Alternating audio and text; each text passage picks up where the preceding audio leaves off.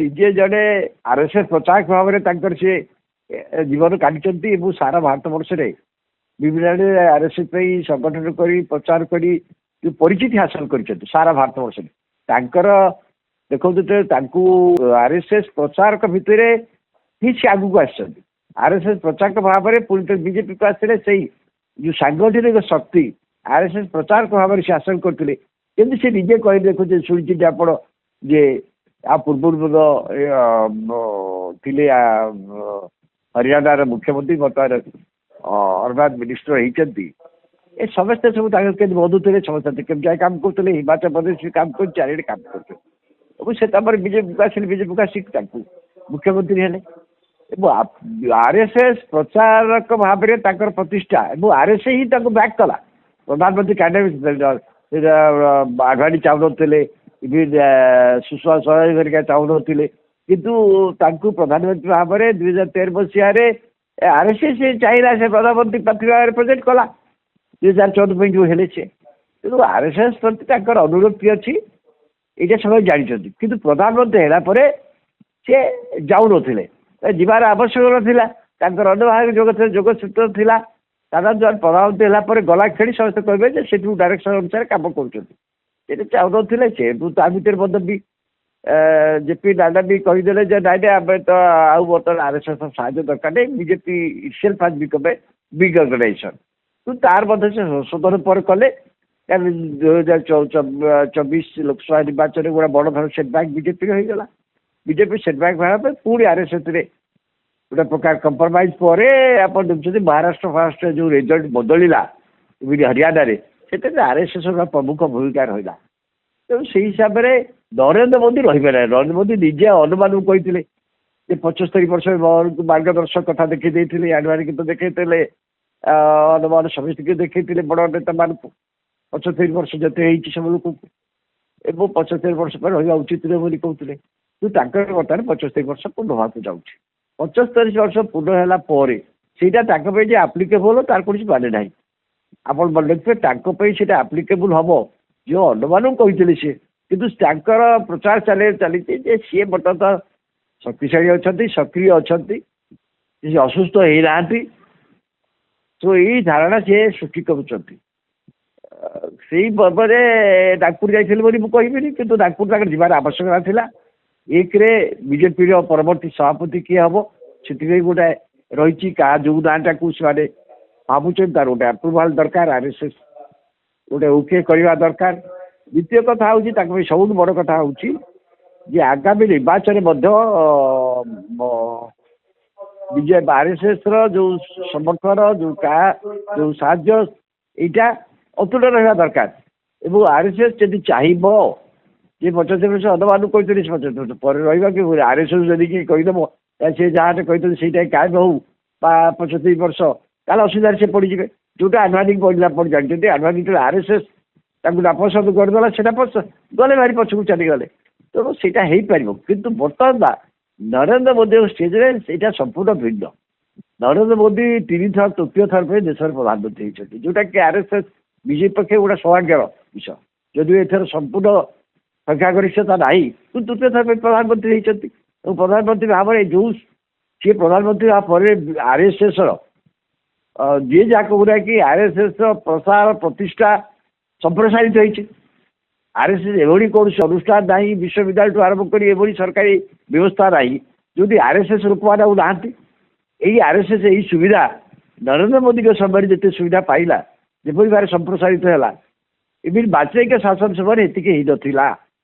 ତେଣୁ ନ୍ୟାଚୁରାଲି ନରେନ୍ଦ୍ର ମୋଦି ଯଦିଓ ନିଜକୁ ଭାବୁଥିଲେ ଆର୍ଏସ୍ଏସ୍ ବାହାରେ ମଧ୍ୟ ସେ କିଛି ବହୁତ କିଛି କରିପାରିବେ କରୁଥିଲେ ମଧ୍ୟ ଅନେକ କଥା କିନ୍ତୁ ଏବେ କିନ୍ତୁ ଦେଖା ହେଉଛି ଅସଲ ନିର୍ବାଚନ ସମୟରେ ଆର୍ଏସ୍ଏସ୍ ଯଦି ଟିକେ ସକ୍ରିୟ ରହୁଛି ତାହେଲେ ଏକାକି ସେ ନିର୍ବାଚନ ଜିତିପାରେ କାରଣ ଯେଉଁ ପୃଷ୍ଠଭୂମି ଉପରେ ଯାଉଛନ୍ତି ଯେଉଁ ପୃଷ୍ଠଭୂମି ଉପରେ ବିଜେପିର ସମ୍ପ୍ରସାରିତ ହେଇଛି ତାର ମେଜର ପୃଷ୍ଠଭୂମି ହେଲା କ'ଣ ମେଜର ଭୋଟ ମୋବିଲାଇଜେସନଟା କରୁଛନ୍ତି ହିନ୍ଦୁ ରାଷ୍ଟ୍ର ବିଚାରଧାରା ଉପରେ ଯେଉଁମାନେ ମୋବିଲାଇଜ ହେଇଛନ୍ତି ଯେଉଁ ସେକ୍ସନଟା ଯେଉଁଟାକୁ ଆପଣ କହିପାରନ୍ତି ପ୍ରାୟ 25% ଭୋଟ এইটা আরএসএস নিয়ন্ত্রিত ଆଉ ସେମାନେ ଆକ୍ଟିଭାଇଜ୍ ନହେଲେ ଏଇଟା ସମ୍ପ୍ରସାରିତ ହେବ ନାହିଁ। ତେଣୁ ସେଇଟା ଭାବୁଛି ନରେନ୍ଦ୍ର ମୋଦି ଜାଣିଛନ୍ତି। ନରେନ୍ଦ୍ର ମୋଦି ସେତେ ଲୋକ ସେଠୁ ଆର୍ଏସ୍ଏସ୍କୁ ସେଇଥିପାଇଁ ସେ ଗଲେ। କିନ୍ତୁ ଦେଖ ଆର୍ଏସ୍ଏସ୍ ସେଠି ଯାଇଛି, ସେ କିନ୍ତୁ ଗୋଟେ ଦୀକ୍ଷାଭୂମି ଗଲେ, ଯୋଉଟା ଆମ୍ବେଦକରଙ୍କର ଦୀକ୍ଷାଭୂମି ଗଲେ, ସେଠି କେହି ଆର୍ଏସ୍ଏସ୍ ଯାଇନାହାନ୍ତି। କାହିଁକିନା ଆର୍ଏସ୍ଏସ୍ ଯୋଉ ବିଚାର କରେ, ଆର୍ଏସ୍ଏସ୍ ହିନ୍ଦୁ ରାଷ୍ଟ୍ରର ଯୋଉ ପରିକଳ୍ପନା ଅଛି, ସେଇ ପରିକଳ୍ପନାରେ ଡକ୍ଟର ଆମ୍ବେଦକର ବିଶ୍ୱାସ କରୁନଥିଲେ। ଡକ୍ଟର ଆମ୍ବେଦକରଙ୍କର ଭାରତବର୍ଷ ବିଷୟରେ ପୃଷ୍ଠଭୂମି, ତାଙ୍କ ବେଷ୍ଟିଂ କନସେପ୍ଟ ହେଲା ଇକ୍ୱାଲିଟି। ଇକ୍ୱାଲିଟିର କନସେପ୍ଟରେ କିନ୍ତୁ ଆଙ୍କର ହେଲା କ'ଣ, ଆମର ଯୋଉ ପ୍ରାଚୀନ ବ୍ୟବସ୍ଥା ଥିଲା, ଆମର ଜାତି ଥାଉ ଧର୍ମ ଥାଉ ଯାହା ଥାଉ, ସିଏ ଯୋଉ ବ୍ୟବସ୍ଥାରେ ଅଛନ୍ତି, ଆମର ଯୋଉ ପ୍ରାଚୀନ ବ୍ୟବସ୍ଥାରେ ଯିଏ ଯୋଉ ଜାଗାରେ ରହିବେ, କେମିତି ରହିବେ, ସେଇଟା ଯୋଉ ପରମ୍ପରା ଆମର ଅଛି, ସେ ଅନୁସାରେ ଚାଲିବ। କିନ୍ତୁ ଆମ୍ବେଦକରଙ୍କ ଚିନ୍ତାଧାରାଟା ସମ୍ପୂର୍ଣ୍ଣ ନୂତନ, ଜାଣିଛନ୍ତି ଇକ୍ୱାଲିଟି, ଲିବର୍ଟି ଆଣ୍ଡ ଫ୍ରାଟର୍ନିଟିର ଯୋଉ କନସେପ୍ଟ ତାଙ୍କର, ଏବଂ ଇକ୍ୱାଲିଟି ମହିଳାମାନଙ୍କ ସଂକ୍ରାନ୍ତରେ, ସବୁ ସଂକ୍ରାନ୍ତରେ ମୁଁ ଭାବୁଛି ଆର୍ଏସ୍ଏସ୍ ବିଚାରଧାରା। ଏବଂ ସେ ପୁଣି ସେଇ ଜାଗାରୁ ସେ ହିନ୍ଦୁ ଧର୍ମ ଉପରେ ଅସନ୍ତୋଷ ପ୍ରକାଶ କରିକି ତ ସେ ବୌଦ୍ଧ ଧର୍ମ ସେଇଠି ଗ୍ରହଣ କଲେ ନା। ତେଣୁ ଏଇଟାକୁ ଆର୍ଏସ୍ଏସ୍ କି ଯାଇଥିଲି ସେଠି ଗଲେନି। କିନ୍ତୁ ନରେନ୍ଦ୍ର ମୋଦିଙ୍କ ପାଇଁକା ଆମ୍ବେଦକରଟା ମଧ୍ୟ ବହୁତ ଗୁରୁତ୍ୱପୂର୍ଣ୍ଣ। ଦଳିତମାନଙ୍କ ବହୁ ସମର୍ଥନ ଦଳ ପ୍ରତି ଆଣିବାରେ ସେ ସମର୍ଥନ ହେଇଛନ୍ତି। ଆମ୍ବେଦକରଙ୍କ ସ୍ୱରାଜ୍ୟ ବା ଆମ୍ବେଦକରଙ୍କ ସିଧାସଳଖ ନହେଲେ ମଧ୍ୟ ଆମ୍ବେଦକରଙ୍କୁ ଅସନ୍ତୁଷ୍ଟ କରି କିଛି ହେବନି, ବା ଆମ୍ବେଦକରଙ୍କ ବିରୁଦ୍ଧରେ ଯାଇ ହେବନି। ସେ ସବୁ କଥାରେ ଆମ୍ବେଦକରକୁ ସେଇଥିପାଇଁ ସେ ଗଲେ। କିନ୍ତୁ ଆର୍ଏସ୍ଏସ୍ ସେଇ ବିଚାରଧାରାରେ ବିଶ୍ୱାସ କରେନି। ଯଦିଓ ଆର୍ଏସ୍ଏସ୍ ମଧ୍ୟ ବି ଆମ୍ବେଦକର କଥା ଆଜିକାଲି ମଧ୍ୟ କହୁଛି, କିନ୍ତୁ ଆର୍ଏସ୍ଏସ୍ ସେଇ ବିଚାରରେ ବିଶ୍ୱାସ କରେ। ଭୁଲ। ନରେନ୍ଦ୍ର ମୋଦି ଯୋଉ ଗଲେ, ନରେନ୍ଦ୍ର ମୋଦିଙ୍କୁ 75 ବର୍ଷରେ ସେ ଇସ୍ତଫା ଦିଅନ୍ତୁ ବା ଚାଲିଯାଆନ୍ତୁ, ଏଭଳି ଯଦି ଗୋଟିଏ ସଂସ୍ଥା ବାତାବରଣ ସୃଷ୍ଟି କରିପାରିବ, କେହି କରିପାରିବେ, ବିଜେପିରୁ କେହି କହିବେନି, କେବଳ ଆର୍ଏସ୍ଏସ୍ ହିଁ ଏଭଳି ଗୋଟେ ବାତାବରଣ ସୃଷ୍ଟି କରିପାରିବ, କେବଳ ଆର୍ଏସ୍ଏସ୍। କିନ୍ତୁ ବିଜେପିର କୌଣସି ନେତା ତାଙ୍କ ଆଡ଼ୁ କେହି କହିବେ ଏଭଳି ବିଶ୍ୱାସ ନାହିଁ, ଏ ସମ୍ଭାବନା ବି ନାହିଁ। କେବଳ ଗୋଟିଏ ସଂସ୍ଥା କରିପାରିବ, ସେ ହେଲା ଆର୍ଏସ୍ଏସ୍। ତେଣୁ ସେଇଟା ସିଏ ପ୍ରଥମେ ଆର୍ଏସ୍ଏସ୍ ସେଠି ଯିବା ଫଳରେ 100 ବର୍ଷ ପୂର୍ଣ୍ଣ ହେଲା। ଏଠି ସେଇ ଦିନ ସେ ଯାଇ ପହଞ୍ଚିଲେ, 100 ବର୍ଷ ପୂର୍ଣ୍ଣ ଦିନ ଭାବୁଛନ୍ତି ସେଇଟା ତାଙ୍କର ଯିବା ଫଳରେ ଆର୍ଏସ୍ଏସ୍ ତାଙ୍କୁ ବାହାର କରିବା ପାଇଁ 75 ବର୍ଷ ଶିବଶିବ ଅତିକ୍ରମ ପରେ ସେ ଯାଆନ୍ତୁ, ଏଇ ଗୋଟେ କ୍ୟାମ୍ପେନ୍ ପାଇଁକା ହୁଏତ ଆର୍ଏସ୍ଏସ୍ ଯେମିତି ରାଜି ମାନେ କୌଣସି ପ୍ରକାର ଏକମତ ହେବ ନାହିଁ, ତା କରିବ ନାହିଁ, ଏଇ ମଝିରେ ଅଛନ୍ତି। ଆର୍ଏସ୍ଏସ୍ ସେଇ ସମୟରେ କ'ଣ ଚାହୁଁଛି, କୋଉ ଧରଣର ଚାହୁଁଛି, କୋଉ ବିଷୟରେ, ସେଇଟା ମଧ୍ୟ ତାଙ୍କୁ ବୁଝିଥିବେ, ମୋର ବଗୁଥିବେ, ବୁଝିଥିବେ।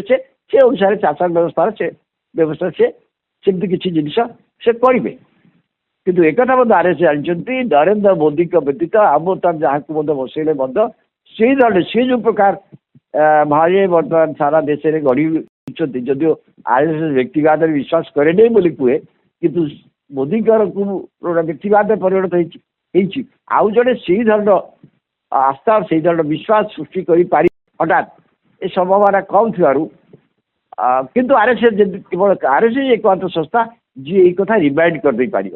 ଯେମିତି ଆର୍ଏସ୍ଏସ୍ ଗଲା, ମୋହନ ଭଗତ କହିଲେ ନିଜକୁ କି ଭଗବାନ ବୋଲି ଭାବିବା ଉଚିତ ନୁହଁ, ନିଜକୁ ବଡ଼ କହି ନିଜକୁ ଭଗବାନ ବୋଲି ଭାବିବା ଉଚିତ ନୁହଁ। କ'ଣ ଜନସେବା, ସେ ଜନସେବା କହିଲେ ଏଇଆ ବଙ୍ଗବନ୍ଧୁ ବତେଇ ଦେଲେ।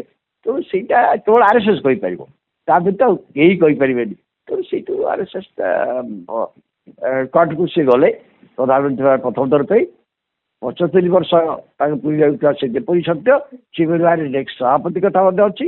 ଏବଂ ଆର୍ଏସ୍ଏସ୍ର ଗୋଟେ ସପୋର୍ଟ ଆଉ ସିମ୍ପାଥି ତାଙ୍କ ପ୍ରତି ବରାବର କେମିତି କାଏମ ରହୁ, ସେ ଚାହୁଁଛନ୍ତି। ସେ ପ୍ରଧାନମନ୍ତ୍ରୀ ଅଛନ୍ତି, ପ୍ରଧାନମନ୍ତ୍ରୀ ଗଲା ପରେ ତ ପ୍ରଧାନମନ୍ତ୍ରୀ ସେ ଯାଆନ୍ତୁ ବୋଲି ଏକଥା କିଏ କହିବ? ସେ ନିଜେ କହିଥିଲେ, କିନ୍ତୁ ଏକଥା କିଏ କହିବ? ବିଜେପି ଭିତରୁ କୋଉ ନେତା କହିବେନି ଆଜ୍ଞା, ତାଙ୍କର ଏତେ ଭୟ। ଯଦି କେବଳ ଗୋଟିଏ ସଂସ୍ଥା କହିବ, ସେ ହେଲା ଆର୍ଏସ୍ଏସ୍ କହିବ, କେବଳ ମୋହନ ଭାଗବତ କହିପାରିବେ ବା ତାଙ୍କ ଲୋକମାନେ କହିବେ।